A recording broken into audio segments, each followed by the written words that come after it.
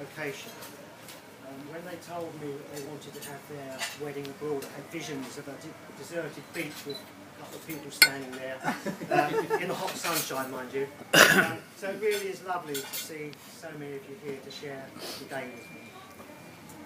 I'd also like to thank Alison and Frances, the one looking so lovely. Those are Tamzin's sisters, and they've been supporting her today. So thank you to you two for that. And I'd also like not to forget Heather, my wife, for giving us both such a lovely daughter. Now, it's traditional for the father of the bride to say a few words about the bride, but in Tamzin's case, it isn't really words I need, it's letters, and it's DIY.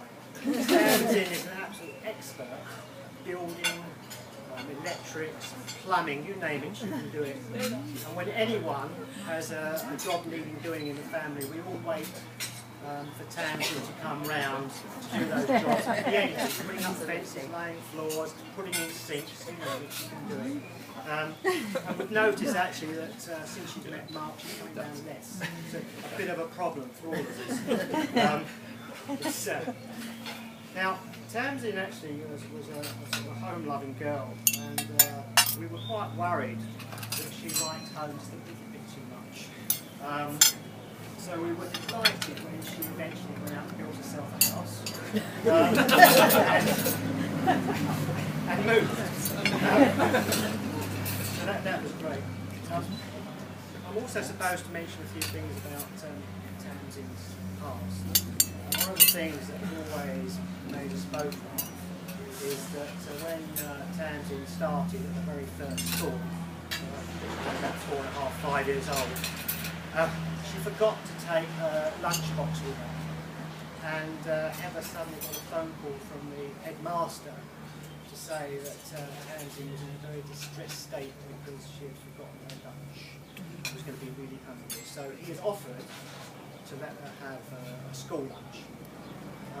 This apparently turned out to be a terrible disaster because she started crying even harder and announced to everybody that her mum and dad couldn't afford to pay for the school.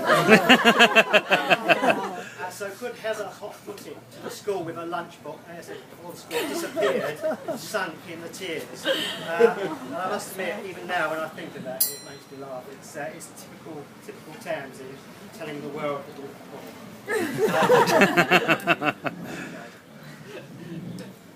Right, then she moved on to her senior school, and I believe that Tamzin was one of the first pupils there to be made a head girl. And this was one of the very first signs we had of her sort of responsible nature. She did that job really well, and I know they were very pleased with the way she used to do it. I think we used to monitor the coach queues, all the kids wait for their coaches, which, as you can imagine, wasn't an easy task. But she sort of wandered up and down, getting them in line and making them do what they were supposed to do. So following on from that, it was really no surprise when she decided to join the police, which was actually following her mother's footsteps.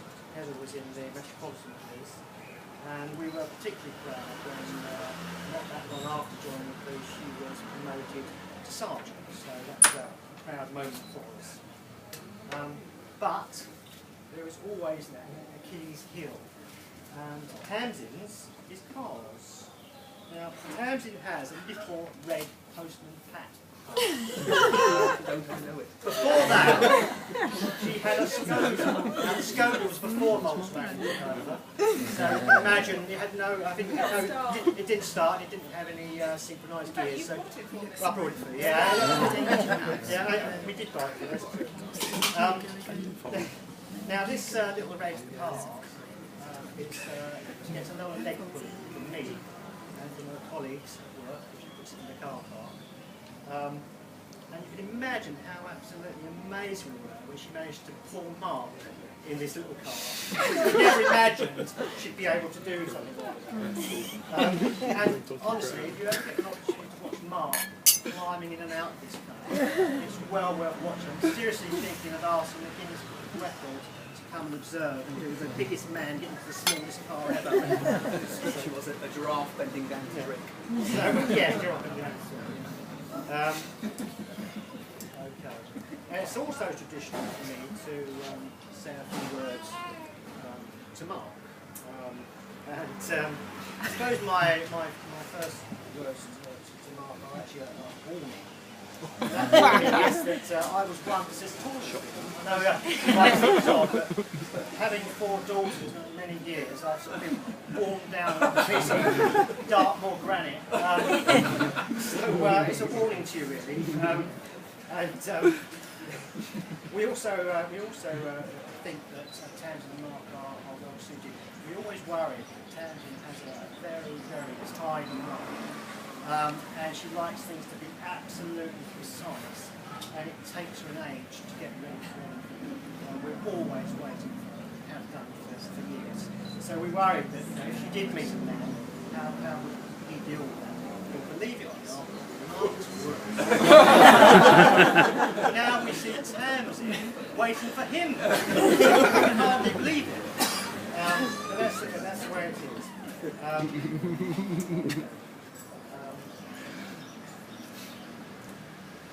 Right, now just a few serious words to Mark. Heather and I are really seriously delighted to welcome you into our family. And we think you're a credit to your parents. You're a decent, hard-working man. And we think that you will both be very, very happy in the future.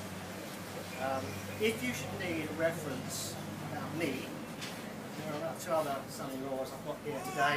You can compare notes at the end, and hopefully they'll be favourable. And no, I can't lend you about £50,000.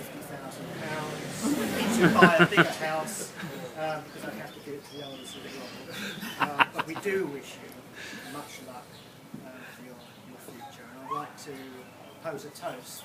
And the toast, if the glass is up, the toast is the bride and groom. Bride and groom.